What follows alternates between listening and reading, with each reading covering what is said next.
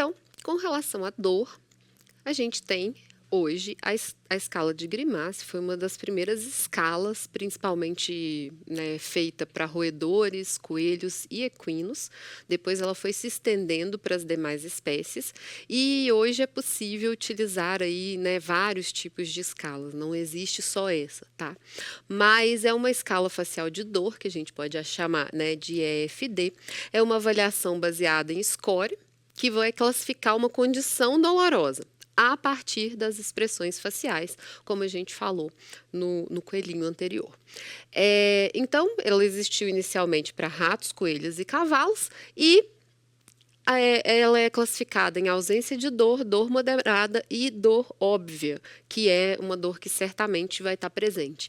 Então, foram observados, como eu falei, várias horas de vídeos e observações feitas ao vivo mesmo, com diversas espécies, e a partir, né, tanto de cativeiro quanto animais de vida livre, e foi a partir dessas observações foram classificadas quais são as expressões faciais feitas pelos animais em situações em que eles estavam comprovadamente sentindo dor e em situações em que eles estavam comprovadamente relaxados, em momentos ali que eles não estariam sentindo dor de forma alguma ou nenhum tipo de desconforto, certo? E aí foi feita a escala. Então, nessa escala especificamente, deve-se observar, vou falar primeiro para coelhos, mas das outras espécies é bastante parecido, evitando uma coisa ou outra que é característica somente daquela espécie, como a questão dos olhos para o equino, que é diferente em coelhos e ratos. Então, a posição e formato das orelhas é uma das coisas que a gente precisa observar, né, como que essa orelha está. Lembrando que algumas raças de coelhos têm a orelha para baixo, outras têm a orelha para cima. Então, vai fazer uma diferença aí com que raça eu estou lidando. Então, não só a espécie vai fazer diferença para eu fazer a observação das orelhas. O aperto orbital, aquele estreitar de olhos que eu falei na dor moderada, e na dor forte ele ficar, né, com o olhinho completamente fechado. As bochechas achatadas, então isso também denota dor, formato das narinas e posição dos bigodes. Vamos fazer aí essas 5 observações para que a gente consiga classificar a dor em sem dor, dor moderada ou dor óbvia, né? Dor presente com certeza. Então, aqui, né, ela validada também para camundongos, então aqui da mesma forma, tá? Ela ausente, moderadamente presente e obviamente presente. Então, a gente fazendo a escala 0, 1 e 2. E aqui colocando com relação ao estreitamento da órbita, aqui, então, cada foto ele focou em uma microexpressão facial para facilitar o estudo e para que outros avaliadores possam aprender sobre isso. Inclusive, comprovaram que quando o observador ele não tem experiência nenhuma, mas ele segue as características de dor que são catalogadas, ele conseguiu estimar melhor a dor do que aquelas pessoas que têm já bastante experiência com determinada espécie para avaliação da dor, como anestesistas, cirurgiões. Então, essas escalas se mostraram assim muito validadas mesmo. Tem uma validade bem grande porque ela expressa, ela consegue passar para a gente o que realmente esse animal está sentindo e não só o que eu acho que o animal está sentindo naquele momento. Então, aqui com relação à protuberância nasal, tá? Como que ele vai ficar com esse focinho? A protuberância da bochecha, aquele achatamento da bochecha na dor, que a gente já havia falado. Posicionamento das orelhas, né? Que ela vai mudar quando o animal vai sentindo dor. Observem que o olhinho vai sempre fechando quando chega aqui na dor, obviamente presente, tá? Ele vai diminuindo na moderada e, obviamente, presente, ela chega aqui. E alterações nas vibriças também vão ser observadas aqui, ó, elas completamente para cima, o animal naquela expressão, na contração facial, as vibriças vão ficar num posicionamento específico de dor. Aqui, a mesma escala agora para cavalos e da mesma forma, né, com relação a orelhas, ao fechamento orbital, na área dos olhos, aquela contração acima da área dos olhos, e da mesma forma, contração da musculatura facial, a boca, como que ela vai ficar e o afilamento do focinho. Então, para cada espécie vai ter uma ou outra modificação que naquela espécie é bem melhor assim observada e que é expresso na dor naquela espécie, porque tem espécies que não vão arregalar o olho ou não vão fechar o olho, mas que a gente pode observar a expressão facial de dor de outras formas, por outras expressões. Mas geralmente a do olho é uma que está presente na maioria das espécies.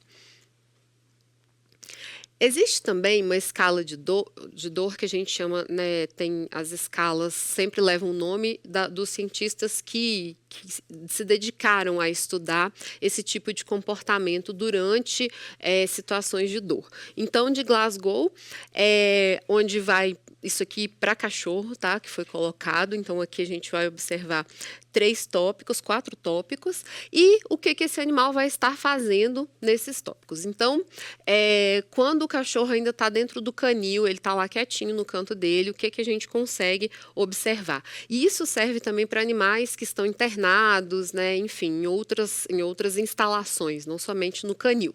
Ou em casa mesmo, a pessoa pode conseguir observar isso. Então, ele está lá quieto no canto dele. E aí a gente vai colocar os scores aqui, só que agora de 0 a 3, aqui em Glasgow, tá? De 0 a 3.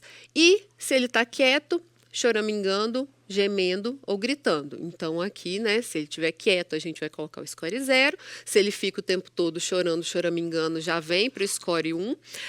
Gemendo, score 2 e gritando, score 3. Da mesma forma, a gente vai observar para outras situações, outros detalhes do animal.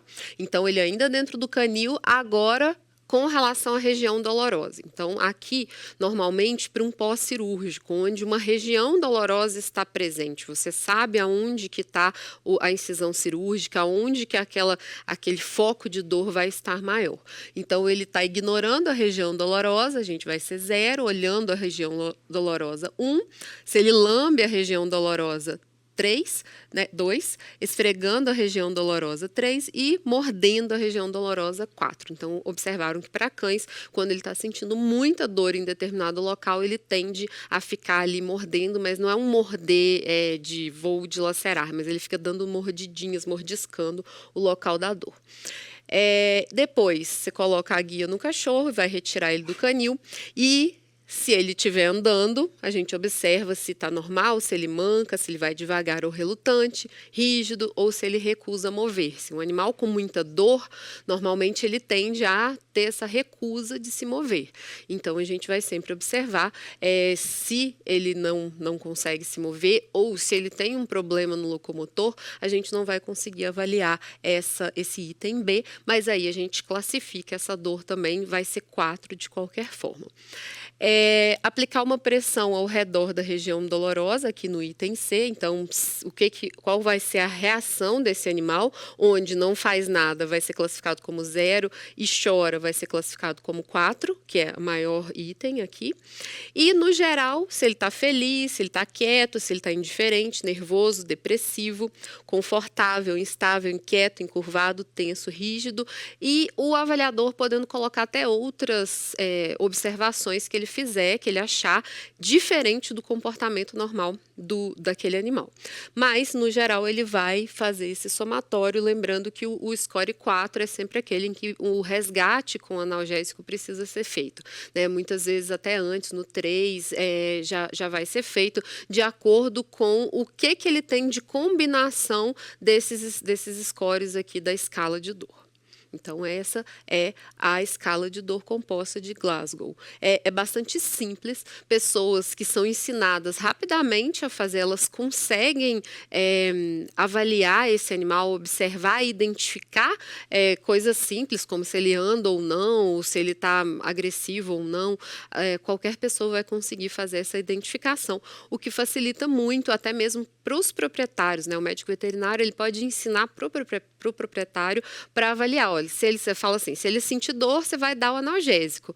Mas será que o proprietário sabe identificar essa dor? Ou ele só vai dar o analgésico quando o animal estiver gritando de dor já, né? Então é muito importante ensinar também que outras pessoas saibam avaliar essa dor da melhor forma possível e não somente o médico veterinário ou o responsável ali pelo procedimento. Outra escala foi desenvolvida pelo Nesp Botucatu, baseada na escala de Grimassi, onde foi feito para felinos, né? Então, na Unesp Botucatu, eles definiram como unidades de ação as microexpressões faciais, onde as unidades de ação estariam ausentes no ícone 0, aqui no score 0. A unidade de ação está moderadamente presente, então provavelmente já tem dor. E 2, a unidade de ação está presente obrigatoriamente. Então, o que foi avaliado aqui? Em felinos, e aí colocaram um diagrama aqui para ajudar a observar isso. Aqui um animal normal, orelhas voltadas para frente, olhos abertos, focinho relaxado em formato redondinho, como deve ser, bigodes soltos e curvos, cabeça acima da linha do ombro. Então, um animal atento, ativo, normal, lembrando que felinos em consultório eles tendem a estressar um pouco, mas eles vão ter esse olhar sempre atento aí, bem ativo. Num grau 2, voltamos, né, uma coisa que sempre vai chamar a nossa atenção é a questão do olhar, né, a órbita, como que ela se encontra, o fechamento de pálpebras, mas está moderadamente presente, orelhas ligeiramente afastadas, então se a gente comparar com o animal onde as unidades de ação estão ausentes, essa orelha fica mais afastada, olhos parcialmente abertos, focinho ligeiramente tenso, então aquela expressão de tensão vai estar presente, bigodes ligeiramente curvos ou retos, cabeça alinhada com a linha do ombro, então ele tende a fazer esse movimento. Então, para felinos, a gente já vai observando aí algumas coisas diferentes, mas lembrando que a questão do fechar o olhinho sempre vai estar presente. Quando tiver alguma incerteza sobre a presença ou ausência, a gente vai colocar sempre o grau 1 aqui, o score 1 de unidade de ação. E aqui, um animal reconhecidamente com dor, né, na número 2, onde as unidades de ação vão ser orelhas bem achatadas, quando comparadas aqui com os outros, a gente já vê esse achatamento das orelhas, olhos semicerrados ou até mesmo bem fechados, focinho tenso, num formato que a gente chama de formato elíptico, né, então vai modificar aí esse formato do focinho, bigodes retos, avançando para frente, a cabeça abaixo da linha dos ombros, aí ele entra mesmo com essa cabeça, às vezes abaixa mesmo essa cabeça, onde o queixo vai em direção ao peito, ele fica o mais encolhido possível, demonstrando que há presença de dor.